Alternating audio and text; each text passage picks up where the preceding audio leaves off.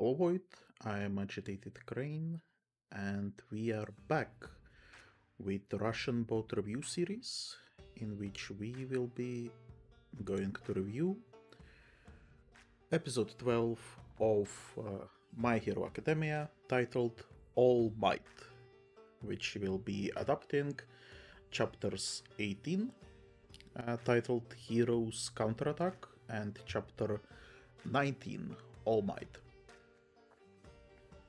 titled the same way as the episode. This episode is mostly fighting, but I still managed to make some notes about some of the character comments that could perhaps be interesting. Also, from chapter 18, we are switching to volume 3 of manga, and in that volume we have this very nice class roll call, if you will. So hopefully it will help me navigate the characters slightly better. So I'm keeping this as a cover for now. Now, I have to figure out the names because I prefer to call people by their first name, which is probably not something that is common in Japan. So, for example, in this anime, most characters are called by the second name, and this is actually kind of like ongoing gag between Izuku and Tsuyu-chan, where Izuku calls her Asui, while she says, "Call me Tsuyu-chan." So she's kind of telling him, "You can be more friendly with me, right? You don't have to be so polite." And so here is the problem, right? Because I call Izuku, I call Kachan, I call Bakugo, then with girlies I call Uraraka, but Tsuyu-chan I call Tsuyu-chan, because that's what she wants to be called. But then with Momo, for example, I call her Momo because it's easier name. The slime girl, I also remembered Mina very easily because this could be like a little spoiler, but I'm working on a Nosferatu review, and while there is no directly Mina there, it is related to Dracula, where we have Mina. So you see the problem, right? Some of the people I call by the first name, some by the second, and it's getting confusing, and yeah, I'm not sure how to proceed. Because I feel like anime will continue to call majority of characters by their second name, and I feel like it will get more cemented in my brain.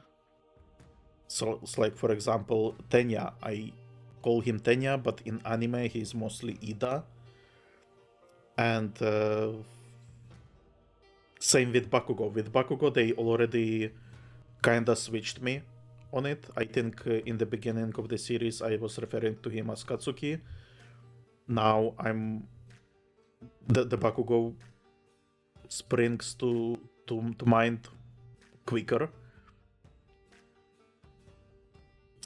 So yeah, I'm not sure how we will handle this, if I'm being honest. So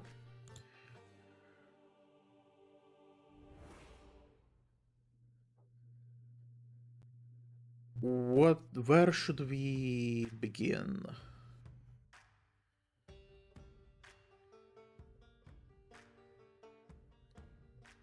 I think let's talk about the anime first because there is a nice line there, which is anime unique.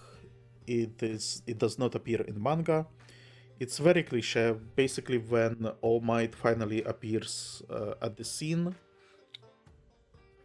we in the anime we also get like again like a small recap what happened with previous episodes, and so we see Aizawa hurt, 13 hurt, um, Izuku and Tsuyu-chan being in trouble, and Izuku narrates that the deeper the darkness, and then All Might shows up, and Izuku continues, the more dazzling the light shines. So, I wanted to mention this because it does not appear in manga yet. I'm not sure if it will appear later. It's like very simple, I would say. Very simple. I don't want to call it wisdom, but it's kind of like, you know, the saying that people sometimes well say, but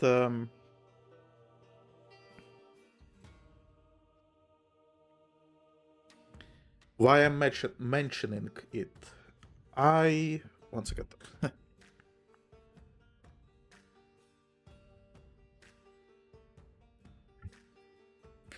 I decided to mention this because I feel like it was not needed, and as I said, it's like very cliche. So I feel like just having All Might appear would have been enough. We didn't really need this commentary, but All Might immediately springs to action. Well, okay, not immediately. When he arrives, he first explains that he sensed that something is wrong, and he cut the conversation with principal a little bit short, and he rushed to the U.S.J. But on the way, he met Ida, and Ida explained what is happening. So he's here, and he's really angry because he emphasizes with students being basically very afeared about what is happening, and he's also upset that his fellow teachers were injured, and it's all because of him technically. So he after this he springs into action, and he deals with the remaining couple of the trash villains, and then he rescues Aizawa, rescues Izuku, Mineta, and Tsuyu-chan, and tells them to basically take those guys and, well, not those guys, take Aizawa and get out of here, right? That he will deal with the villains. During this rescue, however, we get an interesting tidbit. I'm guessing it's due to the shockwave, although I think the villain, what is his name, by the way?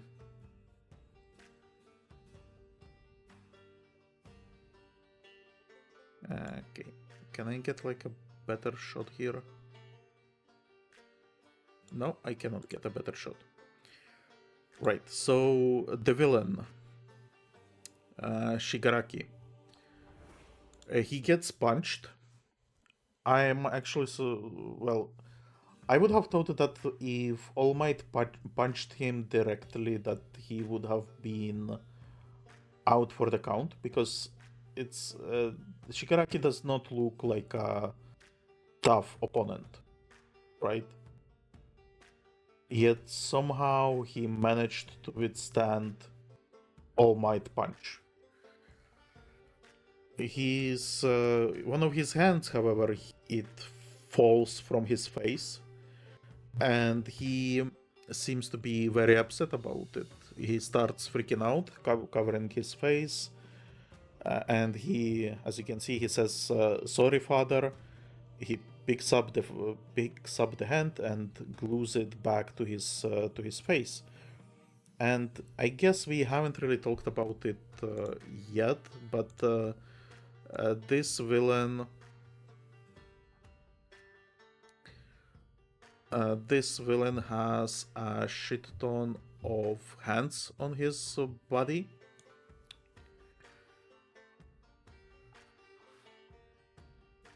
As you can see, they have plugs, and again, like, I'm not sure how the quirks work, because I cannot, I can't believe that this is like a quirk that he suddenly manifested like a bunch of hands. So if that is the case, then are those hands someone's hands? Like, do they belong to someone? They are different colors, so they kind of look like maybe like they are from dead people. So we have 1, 2, 3, 4, 5, 6, 7. We have 7 pairs. 7. Immediately, I'm starting to think about sins, but it's probably unrelated. But yeah, 7 pairs of hands, and they look like dead hands. They have those plugs, and if this wasn't My Hero Academia, I would have assumed that those plugs mean that they were scientifically created. However, this is My Hero Academia, and some of the quirks actually look like modifications. So I'm honestly, like, I'm not sure if they are supposed to be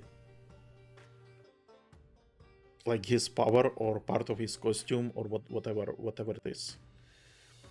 He also has some cables connecting, I think, one hand only, which is a little bit strange. So, and anyway, yeah, we don't really see his face. In this episode is for the first time that we get like a glimpse of it. However, I do want to mention that he seems to be freaking out when he doesn't have the hand covering the face. But, but, um, in one of the previous episodes, when we had Media trying to get into the school, we had, I'm pretty sure it was him in the background looking at the school entrance. And he was supposedly in the civilian clothing. So he was, sorry, he was really skinny, and he did not have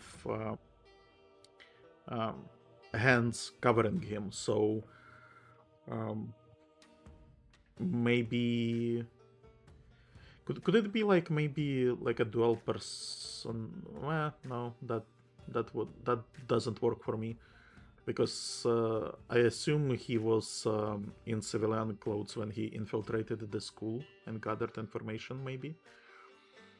So yeah. Um, I think this is as good place as any to talk about some other stuff, namely yeah, so a lot of the talking is happening between the fight scenes, but I don't really want to uh, comment on it play by play because I don't think the chronology matters here.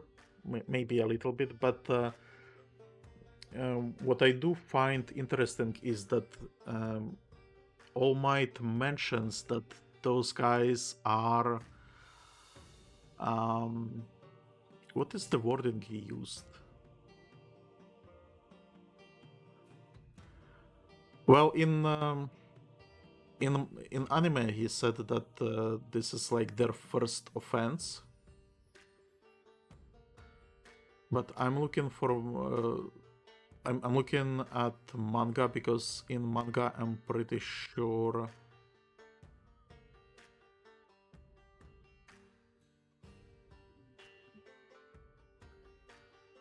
Oh no, he also says that it's first time offenders. Huh. But basically, I realized in manga, not okay. The way I watch, the way I approach this series is that I watch anime first, and then I read manga. Then I watch anime again, and then I make some notes, and then I start recording, right? And so when I first watched the anime, like the episode for the first time, I did not catch this, and then I caught it specifically in manga that All Might mentioned that this is like their first offense, which means that he does know who those guys are, which is quite interesting. And I think I commented on this previously as well, that Izuku does not comment like, "Oh, this is this villain or this villain," right? He's not commenting on it at all. Like he doesn't know them, and All Might doesn't know them either, which is quite curious. So that this are they like a completely new villains, or are they rebranded villains? Because why would they be? I mean, they have to have some sort of beef with All Might, right? Or is it seriously as simple as Shiragawa or whatever his name is, Shigaraki? That Shigaraki is basically Joker and he just wants to kill for the sake of killing. Who knows? Who knows? Uh, but Shigaraki also comments that so this is violence of government official when he recovers his hand, and I found that interesting as well because technically that's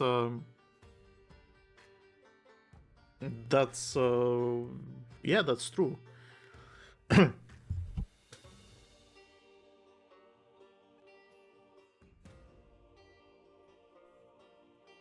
In fact, I'm gonna switch to manga and I'm gonna read it here. Uh, Throwing punches to save people. That's our state-sponsored violence. Okay, so he could have like a beef with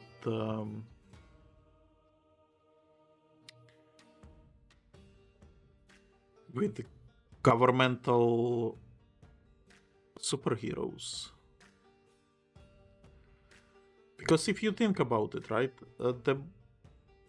the government usually has like some sort of an agenda, and if you have this is basically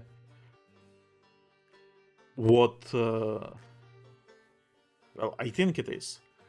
Uh, it's what the Civil War in Marvel is about, right? Where you have one group of heroes being for governmental oversight, and the other group saying, "Okay, but what happens if we are ordered to do something that doesn't align with our morals, right? So I wonder if there is something about that.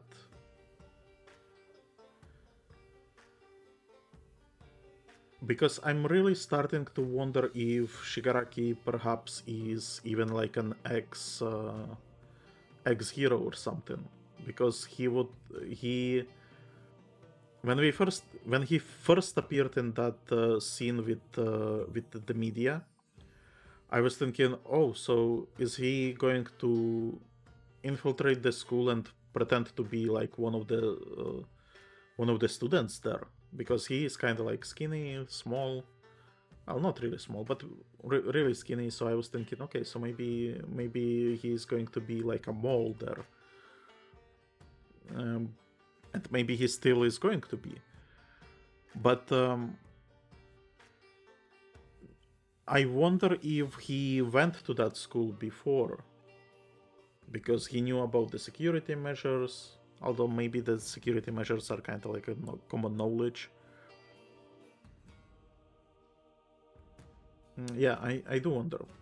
Maybe there is something to that. Like maybe he used to be a hero and then he got ordered to do something he didn't like, or maybe he mentions father, so maybe his father was like a villain in quotation marks and got killed by heroes because of some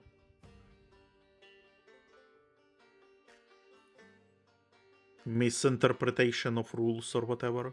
So maybe he was like a criminal, but maybe he wasn't like a bad criminal, you know? Or maybe it could be also like that he wasn't criminal at all. Like maybe he was at the wrong place at the wrong time, and he got taken out by heroes because they assumed that he was a villain. In fact, if you look at how villains look in this series, like all of them are basically Morlocks from X-Men, so you could argue that if a hero uh, came to the scene of the crime and he saw some like creepy looking dude with like tentacles and I don't know, horns and hooves, maybe he decided, oh yeah, you must be evil, I'm gonna take you out, and he kills him or something like that. Could be something there, but we kinda get more of this slightly later, where All Might does mention that those guys are like violent.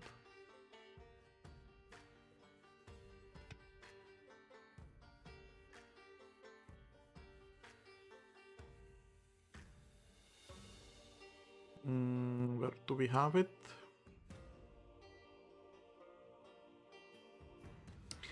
So,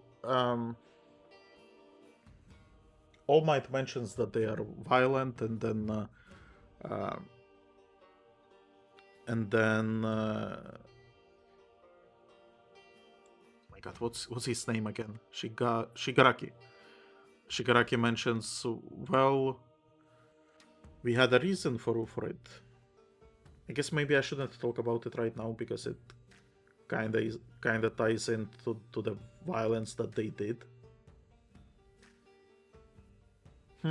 Okay, let's go back to chronological retelling, probably. So anyway, All Might charges to fight Nomu, and he uses Carolina's smash. To which I say, which Carolina? Carolina? Caroline?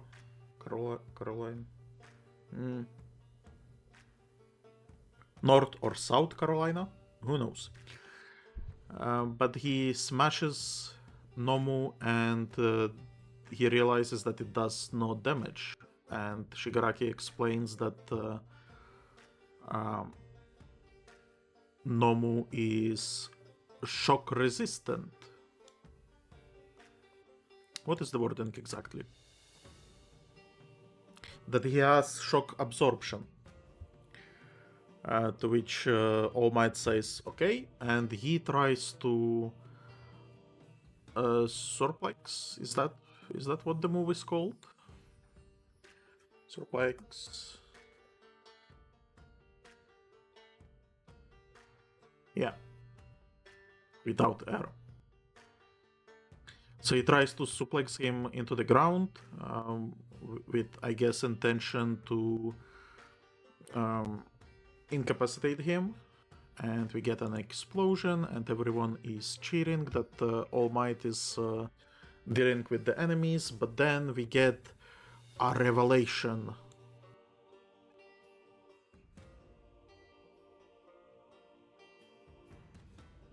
Oh my god, can I get like a better shot of this?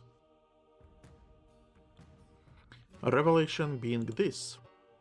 So, as he suplexed the warp gate guy, he created a portal, and Nomu managed to basically get to All Might from his back. Well, I mean, you can see it on the picture, right? And he grabs All Might with all his might and starts squeezing him, which, by the way, that's exactly where All Might's injury is. So he is, at this point, he's kind of fucked. And here we get an explanation from Kurogiri, who is the warp gate guy, and he explains the plan that Nomu is supposed to match All Might in speed and like fighting ability, and he's supposed to basically immobilize him, at which point Kurogiri is going to drag him into his warp gate, close it while All Might is in the middle, which would mean that All Might gets basically split in half and die, right? So that was their plan. Okay. And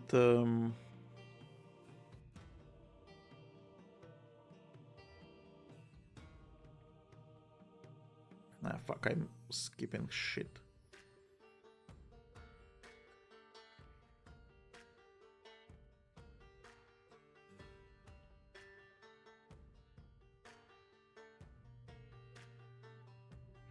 I guess let's should I circle back? I'm not sure.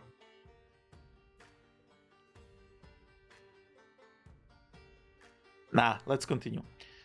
So when Izuku, I'm gonna try to, yeah, I'm gonna tie it back a little bit.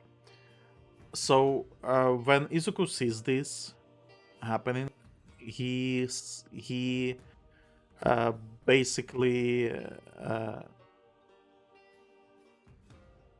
starts monologuing again because he sees that other people are expecting All Might to win, but he knows better, right? He knows that All Might has the injury. He knows that those guys have some sort of plan.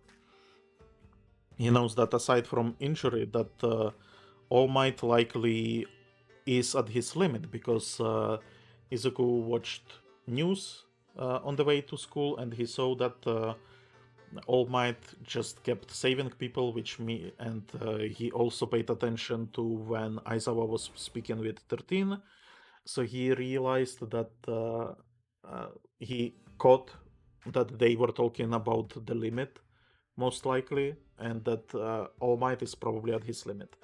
On top of that, he's weaker because of the injury, he's weaker because of the power that he passed to Izuku.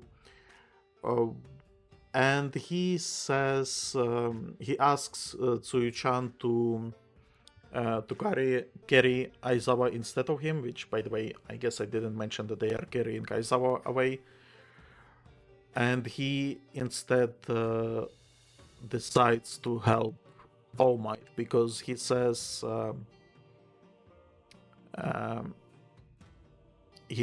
that there are still a lot of things he wants All Might to teach him. And I want to mention this interaction with Tsuyu, or more precisely, I had to mention it now. I actually wanted to mention a different one, because when All Might just arrived at scene and he saved Izuku and Tsuyu, Izuku gave All Might like a breakdown of the situation.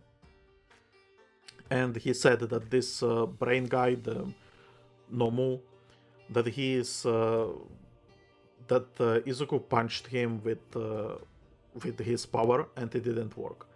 And he kind of lets it sleep. He says one for and then stops. And there are multiple instances of this, plus here where he starts charging back to help. I feel like Tsuyu-chan is too smart not to catch this. Like, we have had previously interactions with Tsuyu-chan where it was clear that she kind of got up to something. Even on the bus, she said that to Izuku, "Oh, your quirk is just like All Might's, right?" So I feel like she's on the right track already, and now she sees more of those like slip ups that Izuku has when trying to talk with All Might or interact with All Might. So I feel like Tsuyu-chan is gonna figure out what's going on eventually, maybe very soon. But anyway, Izuku begins to charge towards All Might to help him, and he gets intercepted by Warp Gate. The Warp Gate guy, Kurogiri, he shows up in Izuku's way, and he's almost absorbing him, and then we get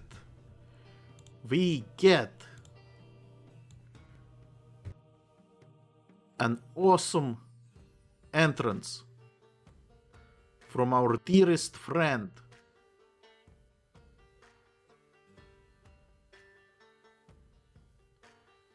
And I cannot get like a good shot of it. There we go. Bakugo enters the fight. And in the previous episode, he even mentioned that I want to take out that Warp Gate guy because he's their escape vehicle. So I'm gonna take him out, which means that everyone else is gonna get captured and defeated. So he shows up, he makes the attack, and he actually pins him down. He actually pins him down.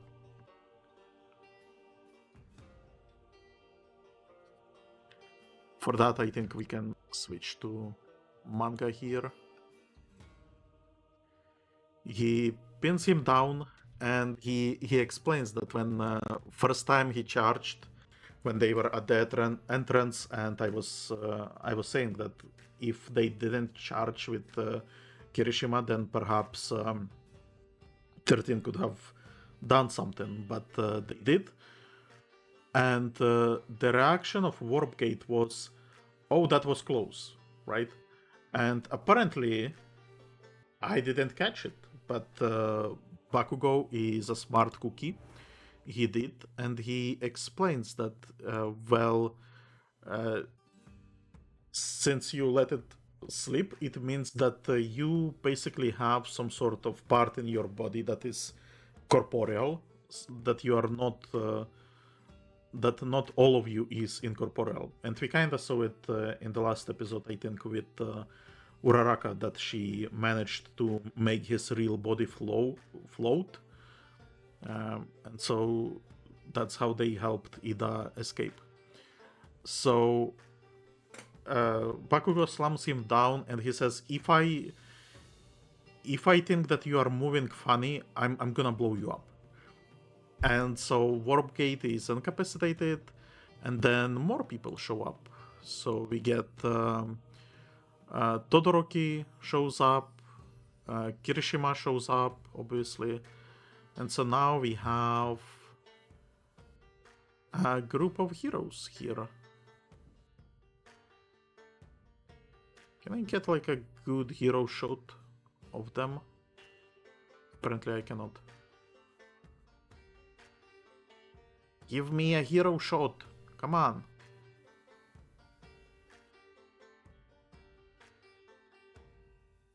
God damn it. I guess good enough. So yeah, we got those two here, and Todoroki freezes Nomu, which allows All Might to escape from the grip. And here we go. We are in a good position, I would say. Nomu is frozen and incapacitated in the Warp Gate. Warp Gate is pinned down by Bakugo. Shigaraki, is that his name? Or am I mispronouncing it again? Yeah, Shigaraki is basically surrounded. All Might is free. Good, right? What's interesting also is that when Todoroki shows up, he mentions that he's not, that they want to kill Symbol of Peace, which must not be allowed.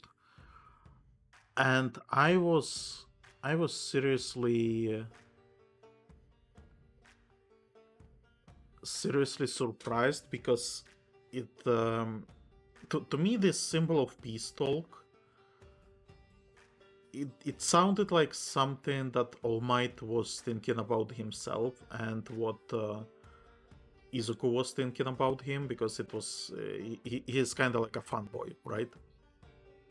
But I thought that for the rest of the population, he's just like one of the many superheroes, that he's the best superhero. Okay, but I did not expect him to be widely considered as symbol of peace. And yeah, I understand that there is like this explanation in one of the chapters that thanks to All Might, the statistics dropped. The villain statistics basically dropped because his presence is enough to act as a detergent for crime. So it could be that media is calling him symbol of peace as well. But I don't know, it just felt like, you know, Batman is Batman. And even though he often has this, I am the knight, right? You don't really hear people refer to him as the knight. And if we are to expand it to Superman, I guess, Superman is considered, what is he called? There was this big push for him to be like symbol of hope, I guess, and maybe that's what All Might is meant to represent as well. Like it's like a play on that, where Superman is symbol of hope, then All Might is symbol of peace. So maybe it's like a play on that, but I'm not sure. Superman is also called like Man of Tomorrow, but I don't really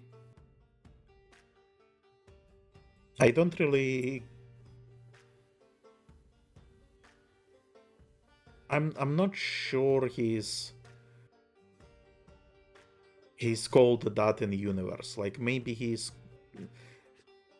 called in the universe Man of Steel probably, but like Man of Tomorrow.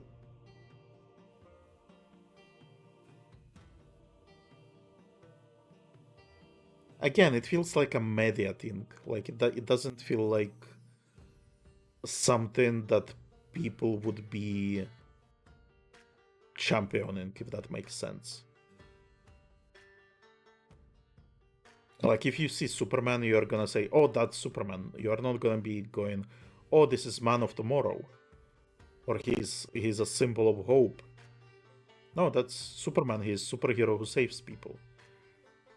So for Todoroki to kind of accept this narrative of symbol of peace, to me it seems that he's either a fanboy as Izuku, sorry, or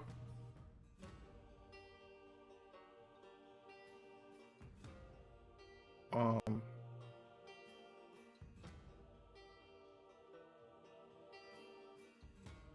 well, what or? I'm pretty sure I had some other idea in mind, but then it just disappeared. Oh my god.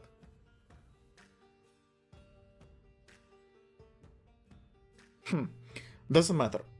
But anyway, um, Shigaraki comments that the students are impressive, that not only were they not captured, but they are uh, unhurt as well. So it's kind of like he's kind of upset, and he says that they make Villain League look bad. And I guess I haven't talked about this before. So they call their group a Villain League. It was mentioned in previous episodes as well. I don't think I commented on it. But I think Villain League is supposed to be not only just those three main guys. I think it's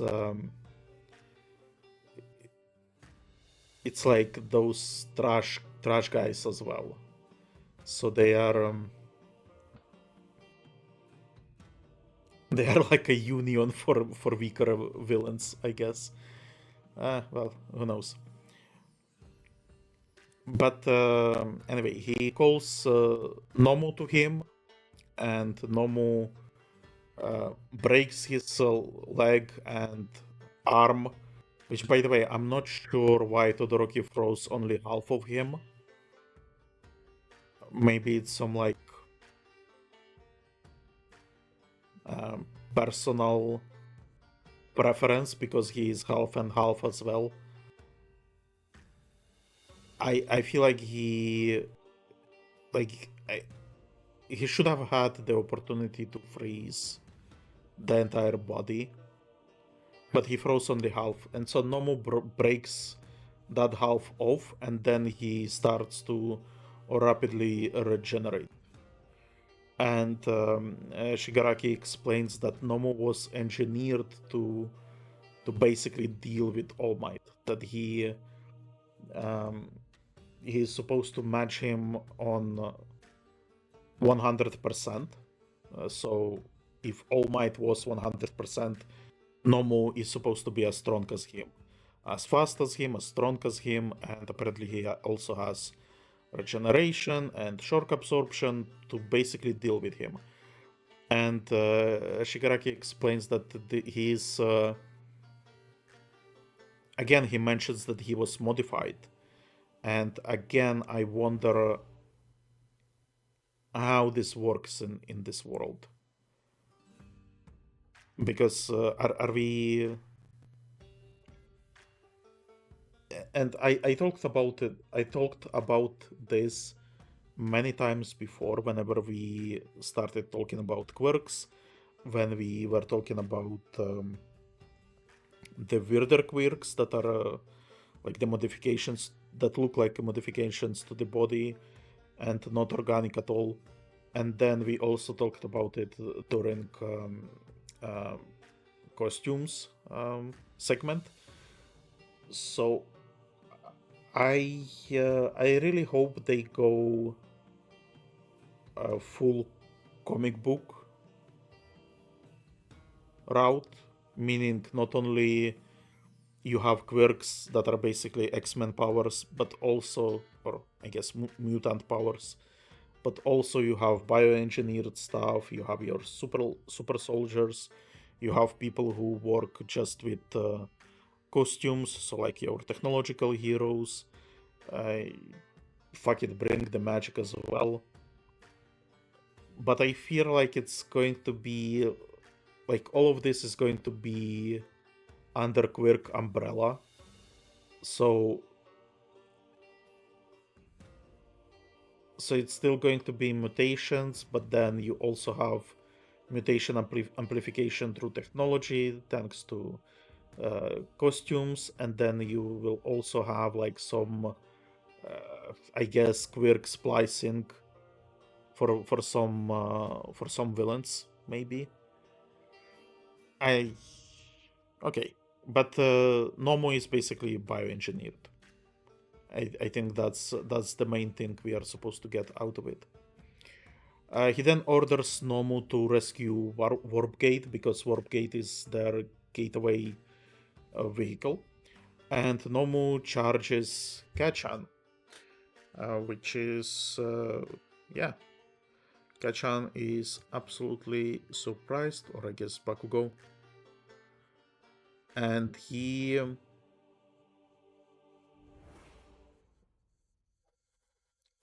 like he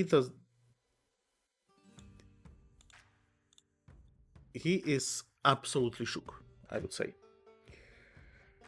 Um,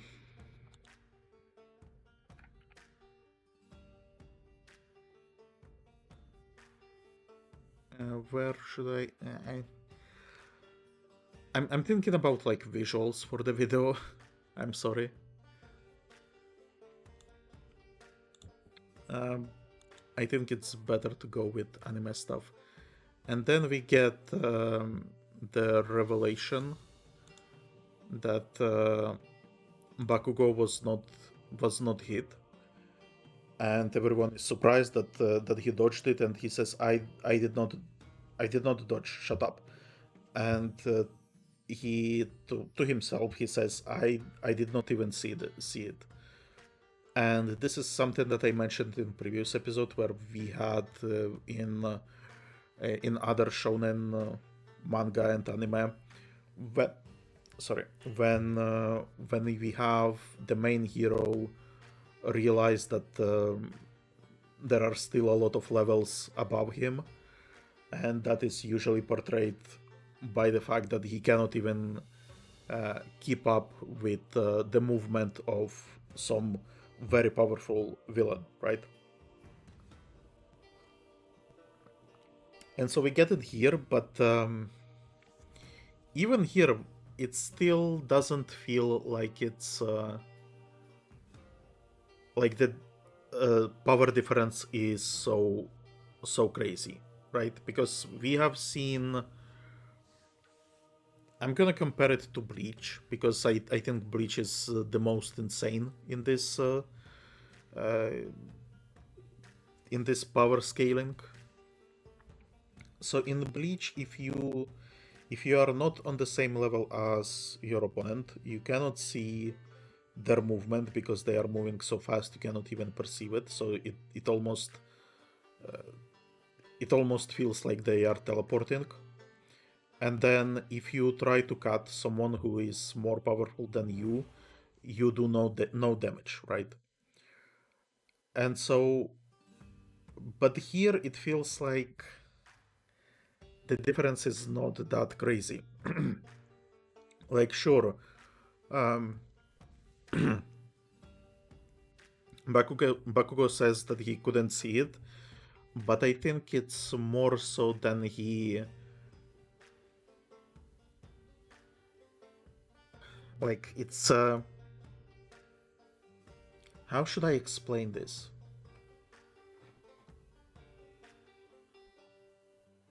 Like, it's not teleportation, it's more so that they are fast, and I don't think he couldn't see it. I think it's more so than it was so fast, it happened so fast he couldn't even react. Like it,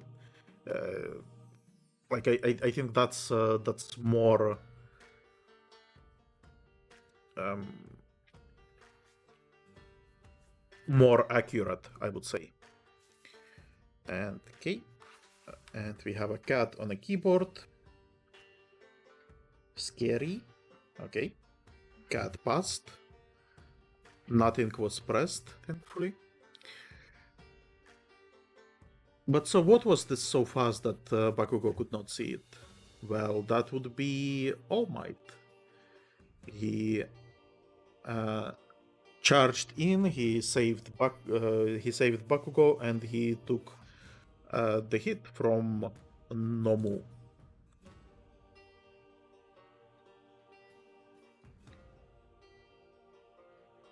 And he says that, oh, you supervillains, you are so violent.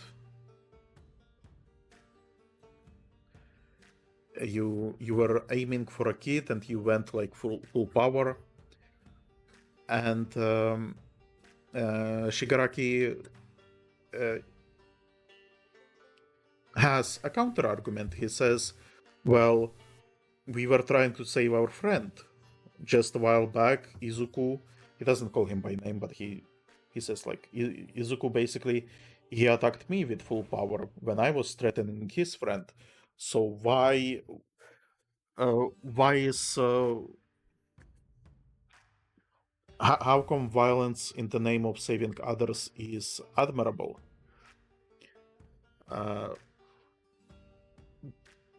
That it's basically that both heroes and villains are violent, but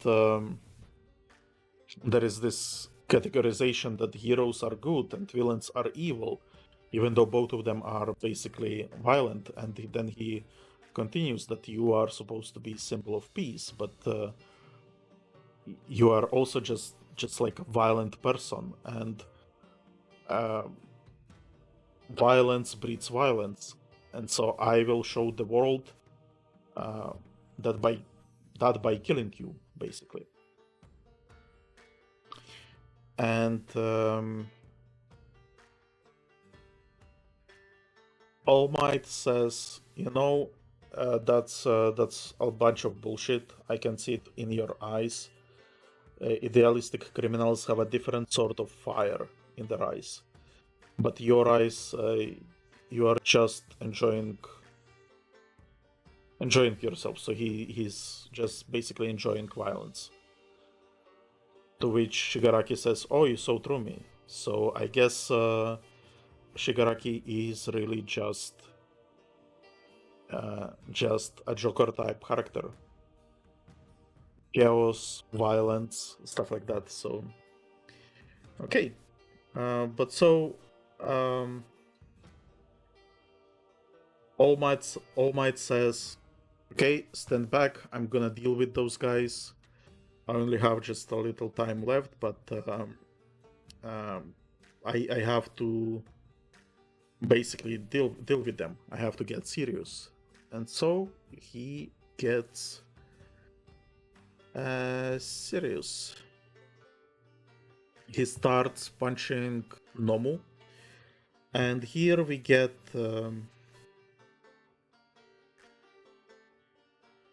I'm gonna say like a different type of animation slightly, but you may remember that I have complained about the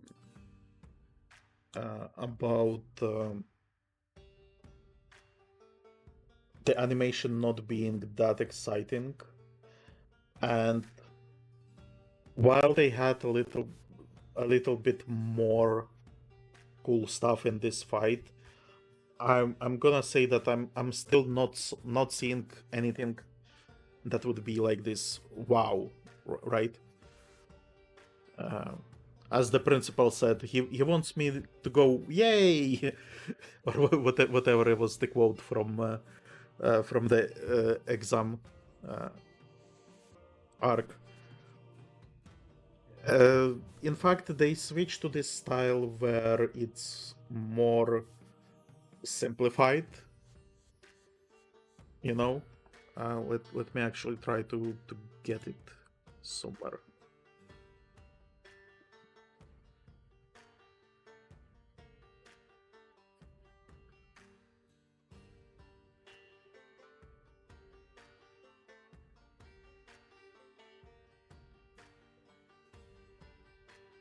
So like this, for example, right? You can see that, uh, and this is something that is usually praised, and I honestly I don't like it.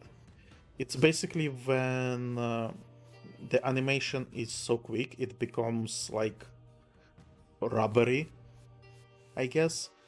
But it's not that the animation is quick. It's that they portray motion in that way, which is I'm gonna say like the main example,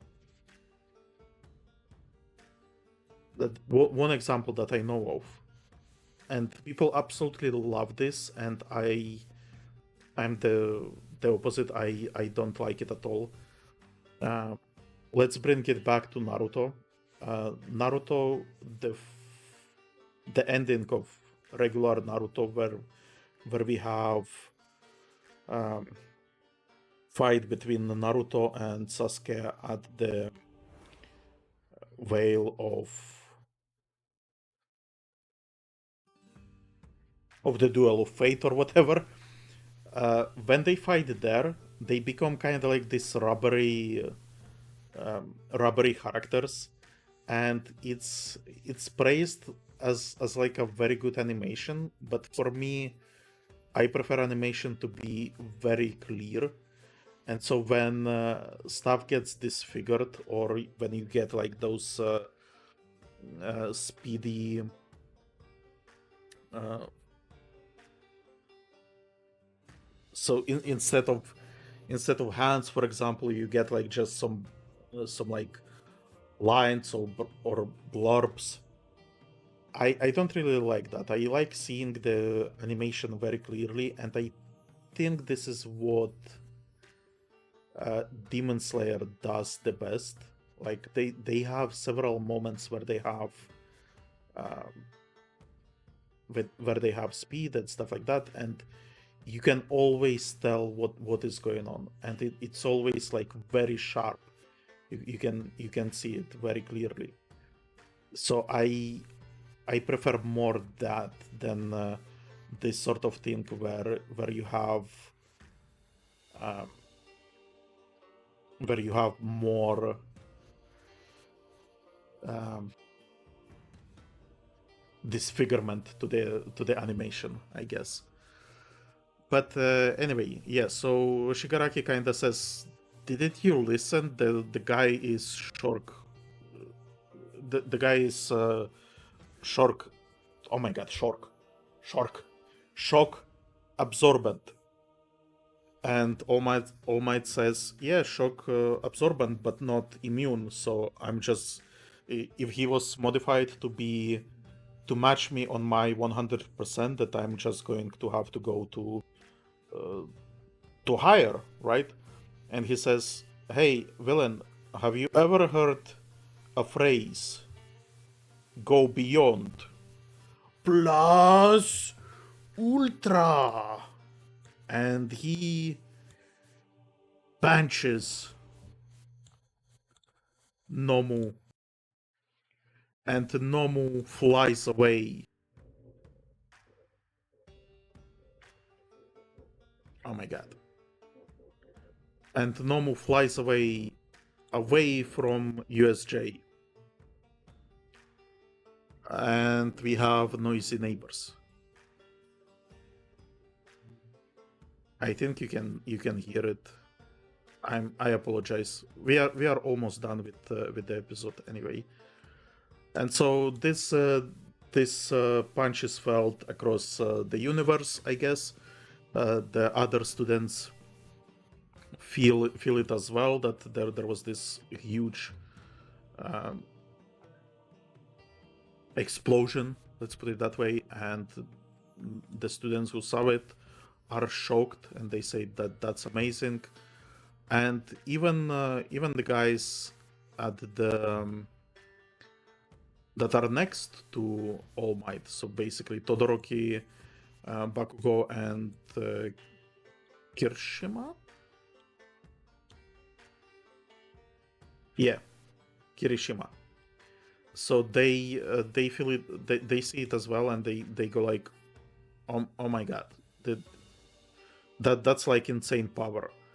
And I think this is like eye-opening for it's eye-opening for Bakugo, but I think it's also eye-opening for Todoroki, which is quite interesting. Because Todoroki was also acting like high and mighty, but now he sees that yeah, we are really not that strong compared to big leagues. And that's where we end. Shigaraki complains that All Might cheated by using more than 100%, I guess. But this also leads us to mention that Shigaraki uses this game terminology. So in the previous episode, he was saying game over. Then when All Might shows up, he goes, "Oh, we gotta continue." Then in this episode, he was saying, "Well, looks like you cleared this level or something like that," and now he says you cheated. But I think the cheating here is implied like a cheat codes basically. So that's curious. And the next episode is going to be the last one of the season. And supposedly it's going to be a cleanup, right?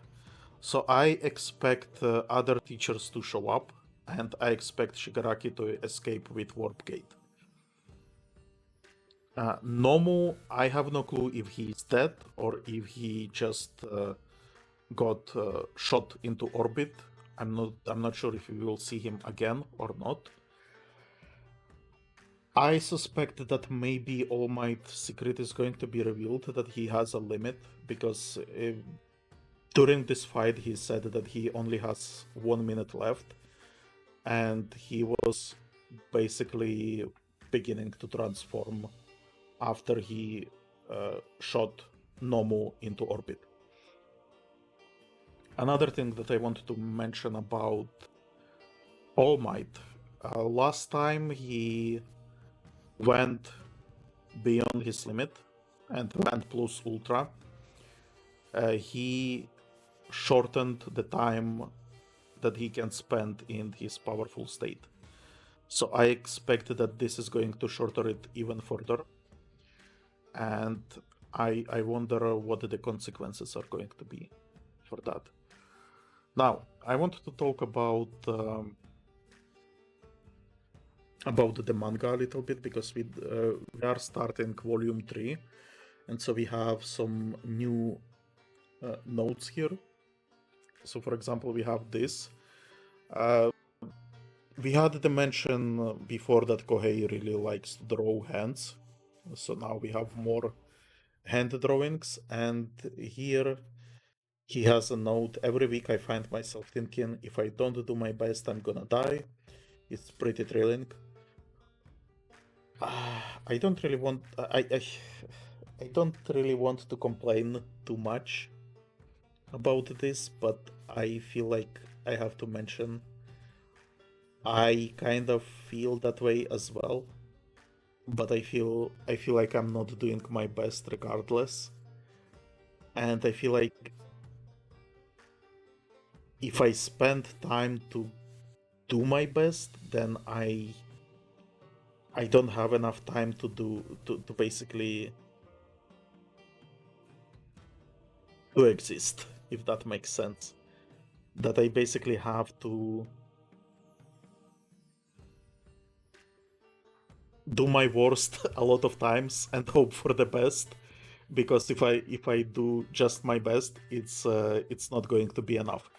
So it's a little bit weird, but this this note, I wanted to comment on it because I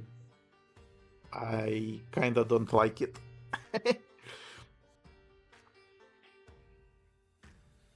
I get the sentiment, but I don't know. It's just I have, I guess, I don't want to say that I have a different philosophy, but because that's not exactly that.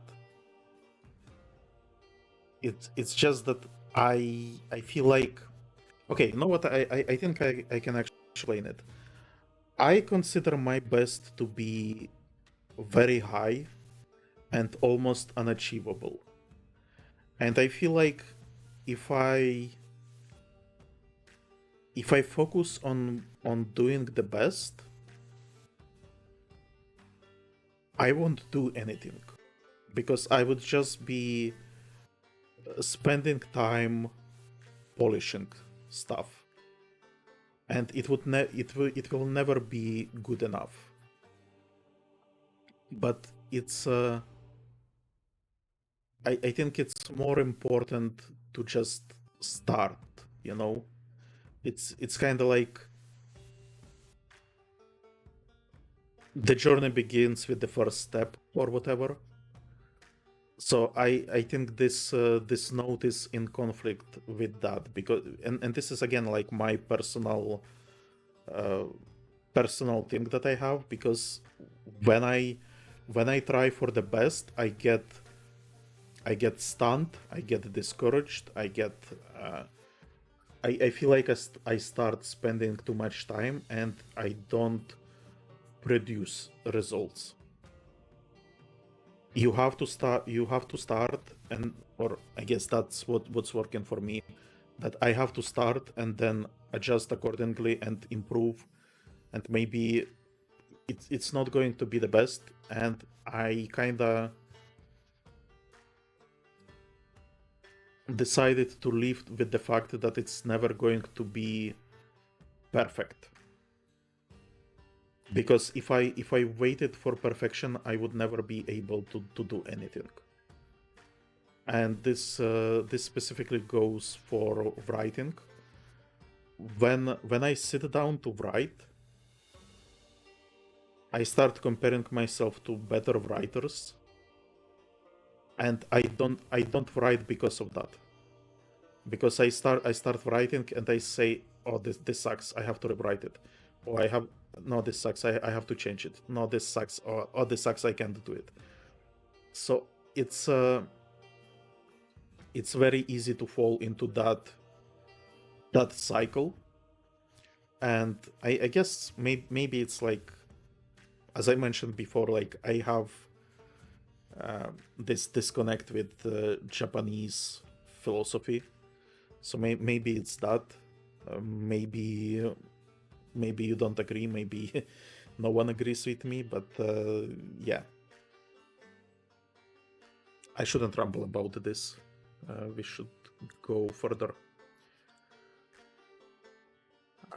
We then also get a note about our friend Kirishima, which is great.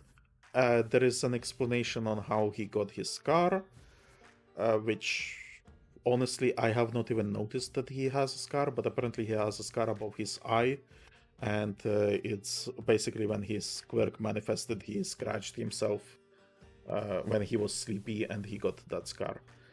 But what I find more interesting is that Kohei writes that this guy was born from a need to have someone who could bring the different members of the class together and bridge gaps. He's a cheery and all-around decent guy. When I'm working on storyboards, he often helps me out in subtle ways. And this is something that I mentioned previously, where I was really happy that he was working with Bakugo, because Bakugo felt so far he feels really isolated from the rest of the class, and I was worried that it's going to continue. But now I feel like Kirishima is going to be more friendly with him, because I feel like he even respects Bakugo. So we get confirmation here that that's exactly like his role in the class, because we kind of see him hang out with Kaminari, the lightning guy, the electricity guy. So far we have seen him with that guy, and that guy is more cheerful and stuff like that, and Bakugo is more serious, more manly, tough, stuff like that. And then obviously Kirishima, I think, already had several mentions that he likes Izuku, now he likes Bakugo as well, so it really feels like he is like the connection to Bakugo from the rest of the class. So I really love it. Do we have some other note here as well? I think we had something. Oh yeah, we get Kyoka here, and again, like, I'm not sure if I should be calling. But see, with girls, calling her Jiro, it kind of feels weird. Kyoka feels better, but there isn't really that much info about her. It's just that he when he was chilling at some point, he started to think about this concept for a quirk that would be plugging into all sorts of things and being able to listen to it. So I feel like we get more information about other classmates than this one, so I wonder if maybe she's not going to be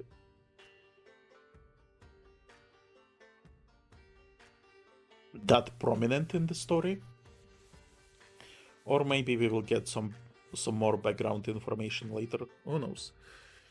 Anyway, I think that's it. As I said, next episode is going to be the final of the season. I'm going to wait for the final judgment on that episode, but so far I feel like I have to mention that I kind of want it more. And, like, don't get me wrong, I like it. I honestly, like, I don't think there are many shonens that I don't like.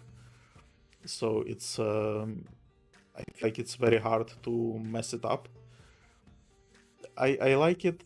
As I said, the animation, I feel it could be better, but maybe I'm just spoiled with Demon Slayer and stuff like that. Story-wise, so far very simple. We didn't really get like this oh my god moment. I don't know, maybe we will get it in the next episode. But really it feels like we don't have like this big overarching story yet. And we didn't really spend much time with classmates yet. Which is again something that I don't like. Maybe next arc is going to be about getting to know classmates better, but so far it feels like we don't really see that much. You know, we know that there are about dozen teachers in the school, but we only met like two, maybe three, I guess. We haven't met the pro heroes much. We didn't get much of interaction with the current city heroes that we keep seeing, but I feel like they should be a bigger part of the story eventually. The classmates, we only see the first class, we don't see other classes. We don't even see the 1B class, for example. So I feel like there is a lot of stuff still missing with villains. This is our first example of villains, and it's basically unknown villains. I would have preferred to maybe see some big name villains that are established in the world. So yeah, I feel like we barely scratched the surface of the world, and I feel like I think I wanted them to scratch a little bit more, so I would be more invested. So far, I like it, but I don't really have anything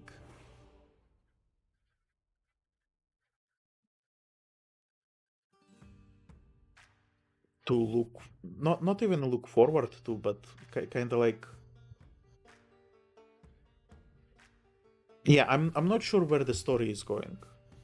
Like, I get it that it's about the journey of becoming a hero,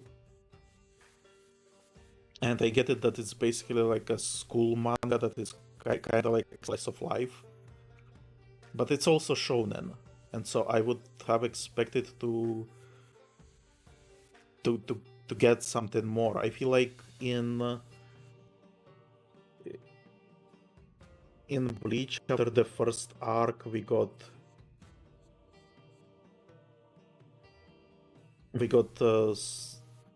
the first glimpse of the Soul Society. Then in Naruto, we got the glimpse of the world at large with like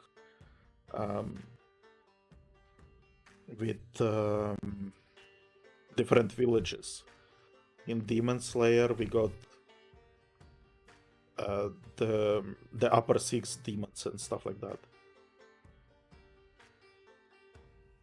But here, so far, like I feel like we haven't really started. It's like we are in the very beginning, but we are already ending the season, and I feel like we could have had more in the first season. But as I said, maybe the last episode is going to be chock full of like teasers for what's to come. We will get cavalry here, so teachers will arrive. So maybe we will get to meet the rest of the teachers. Who knows? Who knows? Anyway, I'm gonna end it here. Apologies for rambling. I feel like the more I talk, the worse I get. Initially I wanted this YouTube channel to help me with pronunciation and improvised speaking, but it seems that I'm getting worse. I'm really sorry. Subscribe to the channel if you do enjoy it. Go beyond, clench your buttocks and your butt, to be sure. Smash the notification button. Delaware, smash the like button. South Carolina, smash any other button. Leave a comment if you will. Complaining about me not liking the animation and expecting more out of the first season. And yeah, I will see you next time. Goodbye.